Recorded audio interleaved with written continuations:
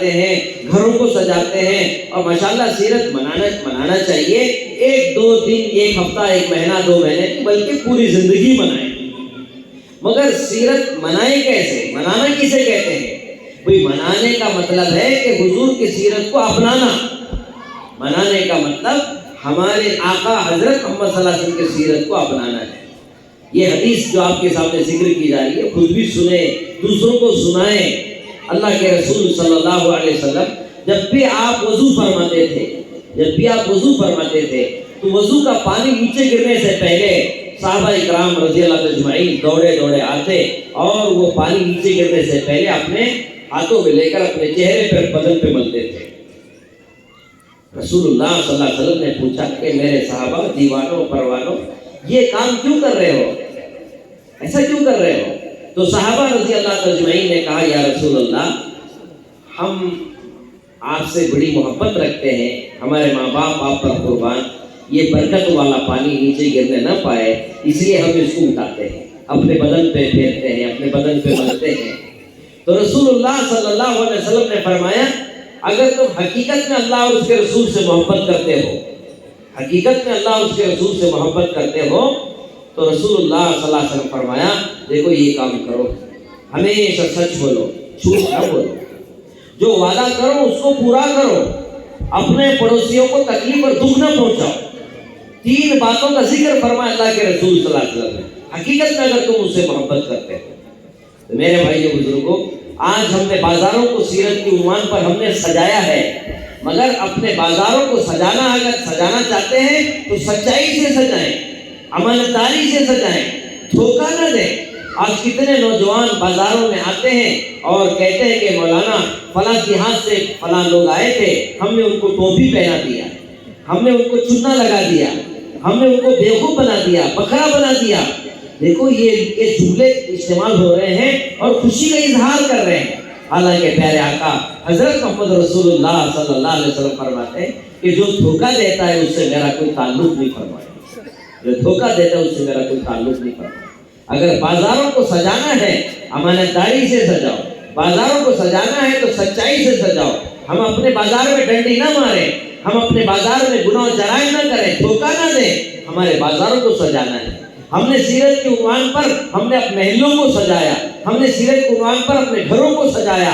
سجائیے، مگر میرے بھائیوں حقیقت میں سجانا ہے اس محلے کو، اپنے گھروں کو نبی پاک صلی اللہ علیہ وسلم کے اخلاق سے، اپنے گھروں کو نبی کی سنتوں سے سجائیے، اپنے محلوں کو نبی کے اخلاق سے سجائیے. یہ سجانا ہے. ہم نے مسجدوں کو سجایا، مگر میرے بھائیوں مسجدوں کو سجائی عبادت سے، اعمال سے، ذکر سے، تلاوت سے، دین سیکھنے اور سکھانے سے. اس سے سجانے کی ضرورت ہے. ہم نے ماشاءاللہ پرپریاں اور ہم نے جھنڈے، ہم نے شربت تقسیم کیے، ماشاءاللہ خوشی کا ہم نے اظہار کیا. بلکہ آقا مدنی صلی اللہ علیہ وسلم کے تشریف آوری پر زمانے جہالت میں بڑے ابو جہل، ابو لہب، عتبہ، شیبہ جتنے گزرے انہوں نے بھی خوشی کا اظہار کیا ہے. مگر میرے بھائیوں خوشی جو منائی جاتی ہے وہ بعض خوشی چھوٹوں کی ہوتی ہے، بعض خوشی بڑوں کی ہوتی ہے. اس میں بہت فرق ہے. جب کوئی خوشی کا موقع آتا ہے، خوشی مناتے ہیں، تو بچوں کی خوشی الگ ہوتی ہے، بڑوں کی خوشی الگ ہوتی ہے. بچوں کی خوشی کیا ہوتی ہے؟ آج خوشی کا دن ہے، ماشاءاللہ شامیانہ ڈالا جائے گا، مٹھائی تقسیم ہوگی، نئے کپڑے پہننے کا موقع ملے گا، لوگ ہدیہ تحفہ لے کر آئیں گے، ہمیں کھیلنے کا موقع ملے گا، اسکول کالج کی چھٹی ہوگی. یہ تو بچوں کی خوشی ہے. مگر جو بڑے خوش ہوتے ہیں اس بات پر، بڑے خوش ہوتے ہیں کہ فلاں اللہ والے، فلاں نیک بڑا مہمان میرے گھر آ رہے ہیں، وہ آئیں گے، وہ قدم اندر میں گھر میں ڈالیں گے، بیٹھیں گے، دعائیں دیں گے اور قرآن حدیث کے تذکرے کریں گے. ان کی نگاہ ہم پر پڑے گی تو ہمارے گھر میں برکتیں آئیں گی اور وہ دعائیں کریں گے. یہ بڑوں کی خوشی ہوتی ہے، یہ بڑوں کی خوشی ہوتی ہے. ہر گھر مہمان آتے ہیں، ہر گھر مہمان آتے ہیں، مگر مہمان کے آنے پر ہم نے محلے کو سجایا، ماشاءاللہ گھر کو سجایا، اچھے کپڑے ہم نے پہنے، نیا کارپیٹ، لال ریڈ کارپیٹ ہم نے بچھایا، پرپریاں بنائے، ماشاءاللہ کھانے پینے کا ہم نے نظم بنایا، تکبیر ہم نے پڑھی، نعرے ہم نے لگائے، بہت کچھ ہم نے کیا. مگر آنے والا مہمان یہ کہہ رہا ہے کہ دیکھو میں تو آ رہا ہوں آپ کے مہمان بن کر، دیکھو میری بات تو سنو، میری بات تو سنو. تو کہنے والے نوجوان کہتے ہیں حضرت آپ مہمان ہیں، مہمان بن کر آپ آئے ہیں تو ہم آپ کے استقبال میں پھول بچھائیں گے، ہم آپ کے استقبال میں نعرے ماریں گے، ہم آپ کے استقبال میں پرپریاں لہرائیں گے، ہم آپ کے استقبال میں جھنڈے لہرائیں گے، ہم آپ کے استقبال کے اندر کھانا تقسیم کریں گے، خوشی منائیں گے، نئے کپڑے پہنیں گے۔ آپ تشریف لا رہے ہیں، آپ ہمارے بڑے معزز مہمان ہیں۔ مگر مہمان کہہ رہے ہیں تو میری بات تو سنو۔ بولے حضرت ہم آپ کی بات نہیں سنیں گے، کہیں تو مجھے بیٹھ کر میں جو مقصد لے کر آیا ہوں میری مقصد سنو، مہمان میں آپ بن کر آیا ہوں، میں آنے کا مقصد تو سنو۔ بولے یہ سننے کا ہمارے پاس ٹائم نہیں ہے، آپ آئے ہیں تو ہم خوشی منائیں گے۔ یہ اکابر علماء نے یہی مثال دے کر امت کو سمجھایا کہ حضور کے آمد کا مہینہ ہے یہ ربیع الاول کا مہینہ، اس مہینے کے اندر ہم نے سیرت بنایا ہے، خوشی کا ہم نے اظہار کیا، ہم نے نعرے لگائے، ہم نے جھنڈے لہرائے، گھروں کو سجایا، مسجدوں کو سجایا، محلے کو سجایا۔ مگر پیارے آقا حضرت محمد رسول اللہ صلی اللہ علیہ وسلم پوری امت سے کہہ رہے ہیں میرے امتیوں، میرے آمد پر، میرے آنے کی خوشی پر تم خوشی منا رہے ہو، ضرور آپ خوشی منا رہے ہیں، مگر میری بات تو سنو، میری زندگی دیکھو، میں نے ہمیشہ سچ بولا ہے، میں نے امانت داری اختیار کی ہے، میں نے کسی پہ ظلم نہیں کیا ہے، میں نے غیبت نہیں کی ہے، میں نے حسد نہیں کیا ہے، میں نے کبھی شرک نہیں کیا، بدعت نہیں کیا، بغاوت نہیں کیا۔ میری بات تو مانو، تم شرک مت کرو، بدعت مت کرو، جہالت میں نہ پڑو، غفلت میں نہ پڑو، ریاکاری میں نہ پڑو، خود غرضی میں نہ پڑو، پنچائی زندگی گزارو نہیں، میری زندگی کو اپناؤ، میری شکل صورت کو اپناؤ، میرے اخلاق و اعمال کو اپناؤ، میری سنتوں کو سینے سے لگاؤ، دیکھو میری زندگی کیسی ہے، میری زندگی کو اپناؤ گے اللہ تمہاری زندگی میں رحمتیں برکتیں لائیں گے۔ ہمارا مسئلہ بھی ایسا ہی ہے، ہم تکبیر بھی کہا، ماشاءاللہ ہم نے جھنڈے لہرائے، ماشاءاللہ کھانا اور مٹھائی ہم نے تقسیم کی، مگر حضور کا دنیا میں آنے کا جو مقصد تھا، حضور پاک صلی اللہ علیہ وسلم جو پیغام ہمیں اور آپ کو دے رہے ہیں، اس پر ہم نے کبھی موقع نہیں دیا۔ میرے بھائیوں، ہمارے نبی کی آمد پر ہم نے خوشی تو منائی ہے، ایک زمانہ ایسا تھا اور ایک زمانہ ایسا تھا ہمارے آقا دنیا میں تھے تو یہودیوں نے ستایا، نصارہ نے ستایا، زندیق اور مشرکین نے ستایا۔ کیسا دور آ گیا میرے بھائیوں کہ آج ہمارے آقا پیارے نبی حضرت محمد صلی اللہ علیہ وسلم اپنے روضہ اقدس میں آرام فرما رہے ہیں، مگر تکلیف پہنچانے والے ہم نوجوان ہیں، ہم نبی کے نام لیوا ہیں، ہم نبی کے ماننے والے، نبی کے کلمہ پڑھنے والے، اس نبی کی سنت و شریعت سے دور ہوتے چلے جا رہے ہیں، نعرہ تو لگا رہے ہیں، خوشی تو منا رہے ہیں، مگر نبی کی سنت اور شریعت سے دور ہوتے چلے جا رہے ہیں، ہم نبی کی سنت و شریعت سے دور ہوتے چلے جا رہے ہیں۔ ہم نے تذکرہ کرتے ہیں کہ ہمارے نبی امام الانبیاء ہیں، ہمارے نبی خاتم النبیین ہیں، خود آقا مدنی صلی اللہ علیہ وسلم نے صاف اعلان فرما دیا، آقا نے فرمایا انا سید الانبیاء والاولین والآخرین وخاتم النبیین لا نبی بعدی۔ اے لوگوں، میں اولین آخرین کا سردار ہوں، میرے بعد کوئی نبی آنے والا نہیں ہے۔ رسول پاک صلی اللہ علیہ وسلم ایک مرتبہ مدینہ منورہ کی مسجد نبوی میں حضرت سیدنا ابوبکر صدیق رضی اللہ تعالیٰ عنہ کے ساتھ مسجد نبوی میں تشریف لائے، دیکھا حضرت عمر رضی اللہ تعالیٰ عنہ کچھ کاغذ یا کوئی چمڑے کا کچھ چیزیں تھی، اس پر کچھ لکھا ہوا تھا، وہ پڑھتے بیٹھے ہوئے تھے، تو حضرت عمر نے سلام کیا اور پڑھنے مشغول ہو گئے۔ حضرت ابوبکر رضی اللہ تعالیٰ عنہ پوچھا کہ نبی پاک صلی اللہ علیہ وسلم نے پوچھا کہ عمر کیا پڑھ رہے ہیں؟ کہ یا رسول اللہ یہ توریت کی کچھ تختیاں ہیں، یہ توریت کی کچھ اوراق ہیں، جس میں یہ جو نبی پاک حضرت موسیٰ علیہ السلام کی جو تذکرہ کیا گیا ہے، جو ہدایت دی گئی، وہ پڑھ رہے، بڑے اچھا لگ رہا ہے، میں پڑھ رہا ہوں۔ تو رسول اللہ صلی اللہ علیہ وسلم جب سن رہے تھے تو ابوبکر صدیق رضی اللہ عنہ نے دیکھا کہ آپ کا چہرہ سرخ ہو رہا ہے۔ حضرت ابوبکر رضی اللہ عنہ نے کہا، اے عمر تجھ پر تیری ماں روئے، تو نہیں دیکھتا کہ حضرت نبی پاک صلی اللہ علیہ وسلم کا چہرہ سرخ ہو رہا ہے؟ جب حضرت عمر رضی اللہ عنہ نے دیکھا کہ نبی پاک صلی اللہ علیہ وسلم کا چہرہ سرخ ہے، آپ ناراض ہیں، یا رسول اللہ میرے ماں باپ آپ پر قربان، عمر سے کیا غلطی، کیا بھول ہوئی؟ اللہ کے رسول صلی اللہ علیہ وسلم نے کہا، اے عمر جو توریت کی جو تختی اور جو اوراق لے کر تم پڑھ رہے ہو، جن پر یہ توریت نازل ہوئی ہے حضرت موسیٰ علیہ نبی علیہ السلام، وہ بھی اگر زندہ ہوتے ان کی کامیابی کا دار و مدار بھی میری سنت و شریعت پہ چلنے میں ہوتا، ان کی نجات بھی میری سنت و شریعت میں ہوتا۔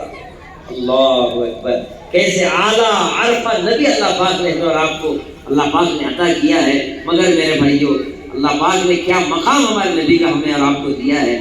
آج میں چاہتا ہوں تین علماء کی موجودگی میں ایک مثال کے ذریعے سے آپ کو میں اپنے آقا کی سیرت آپ کو سمجھانا چاہتا ہوں. آئیے انشاءاللہ بہت بڑا فائدہ ہوگا. دیکھو ہمارا آپ اچھی طرح جانتے ہیں ماشاءاللہ، ایک ہوتا ہے امام اور ایک ہوتا ہے مقتدی. ایک ہوتا ہے امام، ایک ہوتا ہے مقتدی. امام اور مقتدی میں تعلق پیدا ہو کہ میں امام کی اقتداء کر رہا ہوں تو مقتدی کو کیا کرنا، تب جا کے وہ مقتدی بنتا ہے. مقتدی کو امام کی اقتداء کرنے کے لیے تین باتوں کا کرنا بہت ضروری ہے. کتنے باتیں بھائی؟ تین باتوں کا ہونا ضروری ہے. نمبر ایک، نبی کی امتی مقتدی کی اقتداء جو امام کی کر رہا ہے تو پہلا کام یہ ہے کہ امام کی جو نیت ہے وہی نیت مقتدی کی ہونا چاہیے، ہے نا بھائی؟ وہی نیت مقتدی کی ہونا چاہیے. اگر امام کی نیت ظہر کی اور ہم فجر کی نیت کریں، نماز ہوگی بھائی؟ نماز نہیں ہوگی. نماز ہوگی اس وقت جبکہ مقتدی کی نیت بھی امام کی نیت کے برابر ہو. ایک بات. دوسری بات، امام کا رخ جدھر ہے ادھر مقتدی کا رخ ہونا چاہیے. یہ دوسری بات ہے. اگر کوئی یہ کہے کہ امام صاحب تو ماشاءاللہ مغرب کی طرف پڑھ رہے ہیں، میرا باغیچہ، میرا کھیت، میرا دکان ادھر ہے، میں ادھر منہ کر کے نماز پڑھتا ہوں، تو کام چلے گا؟ نہیں چلنے والا. امام کی اقتداء کرنے کے لیے مقتدی کے لیے ضروری ہے، لازم ہے کہ امام کا رخ جدھر ہے ادھر ہی امام مقتدی کا رخ بھی ہونا چاہیے. دو باتیں ہو گئی. تیسری بات میرے بھائیوں بزرگوں دوستوں، امام کے افعال و ارکان، جیسے امام نے تکبیر تحریمہ کا اللہ اکبر، رکوع میں چلے گئے، سمیع اللہ لمن حمیدہ کا، سجدے میں چلے گئے، قاعدہ التحیات میں بیٹھے، تو امام کے افعال و ارکان میں بھی مقتدی برابر کا شریک ہوگا تو وہ مقتدی کہلائے گا. وہ مقتدی کہلائے گا. اگر امام کے افعال و ارکان میں مقتدی شریک نہیں ہے، امام کے افعال و ارکان میں مقتدی شریک نہیں ہے تو میرے بھائیو مقتدی نہیں کہلاتا. تو یہ کہے کہ امام صاحب تکبیر تحریمہ کہیں تو میں رکوع میں جاؤں گا، امام صاحب رکوع میں چلے گئے تو میں سجدے میں جاؤں گا، تو کہ امام مقتدی کی مطابق ہو سکتی ہے میرے بھائیو؟ نہیں ہو سکتی ہے. جب ہمارے امام کی اقتداء کے لیے ان تین باتوں کو ہونا ضروری ہے تو ہمارا آپ میرے بھائیوں، ہمارے آقا حضرت محمد صلی اللہ علیہ وسلم کو ہم امام الانبیاء کہتے ہیں.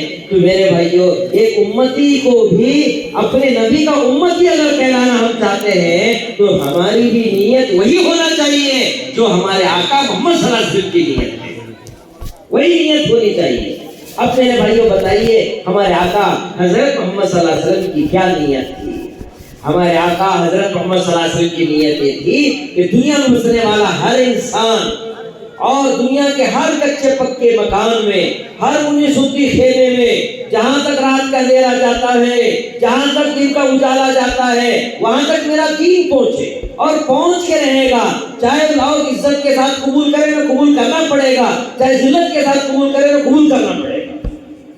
ہمارے آقا محمد صلی اللہ علیہ وسلم کی نیت عالم کی نیت ہے اور ہمارے آقا عالمی نبی ہے، رحمت للعالمین ہے. کسی قوم، کسی برادری، کسی بستی، کسی علاقے، کسی بر اعظم کے لیے ہمارے آقا نبی بن کر نہیں آئے بلکہ پوری کائنات کے لیے، پوری کائنات کے لیے، عجم والوں کے لیے، عرب والوں کے لیے، کالوں گوروں کے لیے، دنیا بھر کے تمام عالم انسانیت کے لیے، فرشتوں کے لیے، جنات کے لیے، حیوانات کے لیے، نباتات کے لیے، کائنات کی ہر شے کے لیے اللہ نے ہمارے نبی کو نبی بنا کر دنیا میں بھیجا ہے.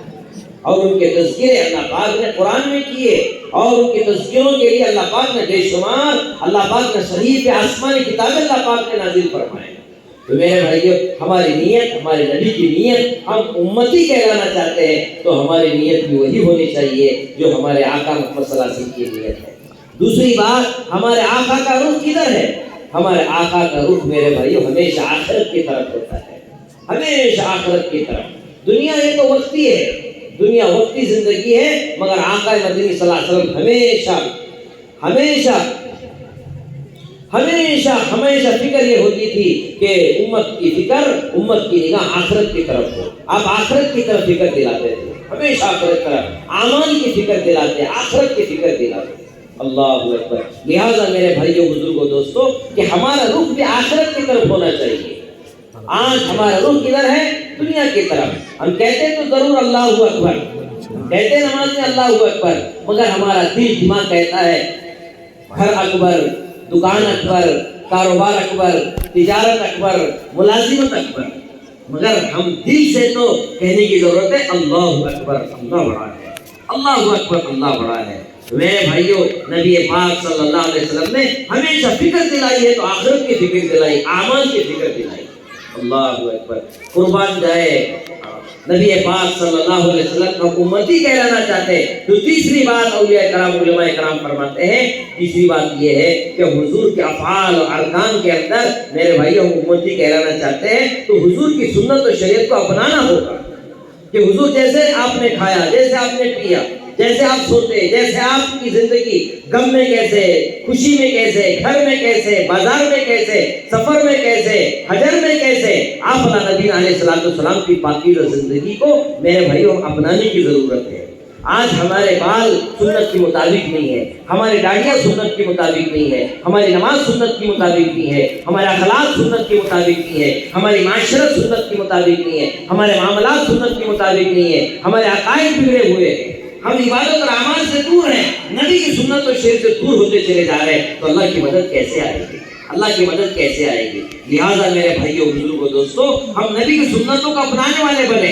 آج ہمارے گھر سنتوں سے خالی ہو چکے ہیں۔ ایک زمانہ وہ تھا کہ ہمارے گھر آنے والا مہمان ہم اپنے گھروں سے سنتیں لے کر جاتے تھے۔ اسی لیے حضرت جی مولانا انعام الحسن صاحب رحمۃ اللہ علیہ فرمایا کرتے تھے، لوگوں تم دنیا میں جنت دیکھنا چاہتے ہو، دنیا ہی میں جنت دیکھنا چاہتے ہو، اس گھر کو دیکھو جس گھر کی عورتیں اذان ہوتی نماز کی تیاری کرتے ہیں، اذان ہوتی نماز کی تیاری، دعاؤں کا اہتمام، ذکر کا اہتمام، تلاوت کا اہتمام، فضائل کی تعلیم، بچوں کی تعلیم اور تربیت، اور اپنے گھر والوں کو اللہ کے راہ میں